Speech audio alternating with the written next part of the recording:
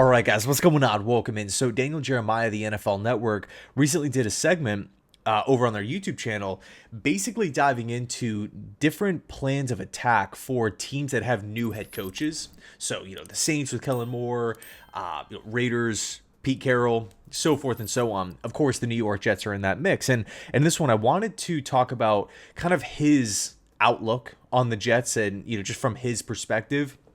And Daniel Jeremiah obviously he's tapped in, right? He has multiple NFL sources. He's still, close with a lot of people still within the NFL, which is why I think, like a lot of fans really look towards his mock drafts because he does have connections. It's not like he's just, sitting in a room, coming up with a mock and then just putting it out. It's more so going through the mock draft, but also making calls. Hey, does this make sense? Where are you guys leaning? Stuff like, where do you think other teams are leaning, right? Talking to his sources. So again, let's kind of dive into it. But before I do, I did want to give a special shout out to today's video sponsor, Mando. They sent me over a starter pack not too long ago, and over the last couple of days, I've been using their products. And 72-hour odor control, whole body deodorant. The whole body deodorant is aluminum-free, cruelty-free, residue-free, butane-free, ozone-friendly, and doctor-developed. All of their products are baking soda free and paraben free. They have a lot of different scents: bourbon leather, clover woods, Mount Fuji, or Pro Sport.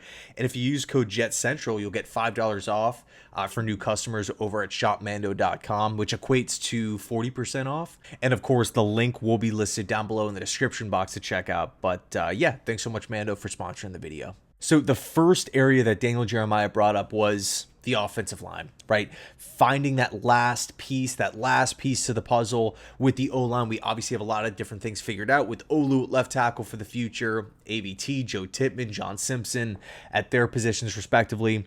Right tackle is kind of that last piece. And of course, no disrespect to the current, tackle options on the roster: Max Mitchell, Carter Warren, and Okafor coming in from Pittsburgh and New England. But right now, we just don't have that sure thing. There's a lot of question marks there, a lot of question marks with, the current depth chart. But Armand Membou, was someone who Jeremiah, of course, had mocked to the Jets at spot number 7. But man, he makes a lot of sense. Just adding these two bookend tackles at such a young age who are both so effective in pass protection. Both guys in Olu and Membou have so much room to grow as the years go on here. One thing I'm always talking about too with Membou, 20 years old. What is Membou going to look like at 24, 25 years old, like when his rookie deal's ending, right? Working with an NFL strength program, working in preseason, joint practices, regular season games, him just still growing as a person. Like, it really feels like Armand Membou, yes, of course, good player today, good player next season, for really whatever team drafts him, but just kind of picturing him with the New York Jets, of course, he's going to be an upgrade over what we currently have, but really where the magic is when he starts getting that NFL experience, starts getting a little bit bigger, a little bit stronger. The game starts to slow down for him a little bit. And it's not to say that he's, rushing through sets or anything like that. Currently, he's actually one of the most patient tackles in the draft. That's something that stands out to me. Shadowing defenders, not taking the bait, having this production in the SEC. I mean, it's really, really enticing. And throw on top of it, you got Justin Fields at quarterback. Of course, he has that mobility, but this is someone who hasn't really had like the best offensive line situation. Looking back through his first 4 years in the NFL, 3 with Chicago, 1 with Pittsburgh. If the Jets can actually find a way to literally complete the offensive line with Armand Membou here at spot number 7, I mean, you're giving Justin Fields arguably the best O-line that he's ever had. Like that's big time when you're talking about a 25-year-old quarterback who we feel like we still haven't seen the best of at this point in time. We got to give him a chance. We have to freaking give him a chance. Jeremiah also brought up the potential AVT extension, right? What's going to happen with AVT moving forward? It's easy to say right now, oh, go draft Tyler Warren. And look, that would be an awesome pick. But just trying to look at both sides of the coin here in regards to Membou versus Warren, The one thing with Tyler Warren is that if you pass at O-line at spot number 7, obviously there's really not many free agent options. I mean, you could argue with Jedrick Wills. I still like his potential because he's still a really young tackle, taking him all these snaps at left tackle and plugging him at right tackle where he played back at Alabama. Or you could always target an O-lineman in round 2 or 3. Ozzie Trapilo from Boston College. You can target Cornelius from Oregon, Cameron Williams from Texas. 3 options that I feel like make a lot of sense.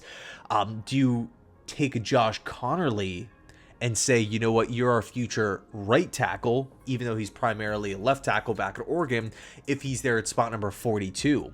That's an interesting play that I kind of want to do a separate video on. But in any case, that's the big question here, right? You take Warren at 7, but then you have to cross your fingers and hope that an O-lineman you like is on the board later. And what happens in 2026? Of course, the Jets can go spend money and, fill needs and whatnot, right? But just trying to project out. Okay, John Simpson, his deal, he's playing on the last season of his deal. AVT's on the last season of his deal. We still would have that question mark at right tackle if we swing and miss in those first 3 rounds, or we don't take one, or maybe the value's better at defensive tackle or wide receiver or something. The Jets want to go, full on offense. Definitely something realistic.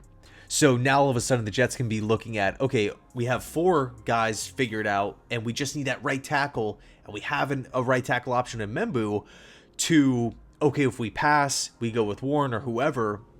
Now in 2026, we can be only looking at 2 for sure starters in Olu and Tittman if none of the other guys are brought back.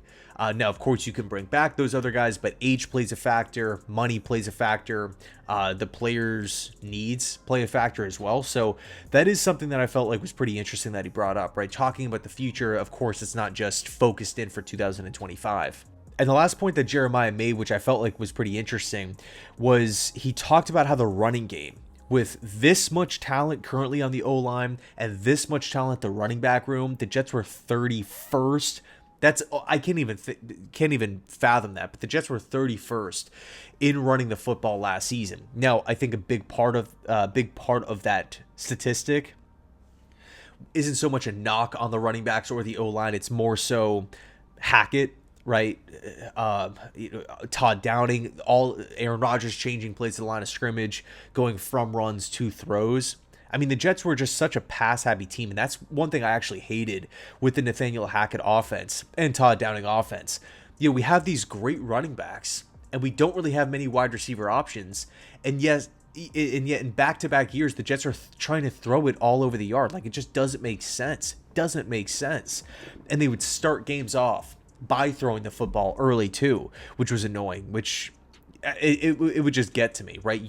Play to your strengths. And then, of course, it trickled on down to, guys like Keith Carter and whatnot. Just the coaching wasn't there. The decision wasn't there. The emphasis was not there on running the football. So hopefully that changes this upcoming season. But, yeah, I really like Daniel Jeremiah's take on it. Just kind of, it kind of just feels like football 101.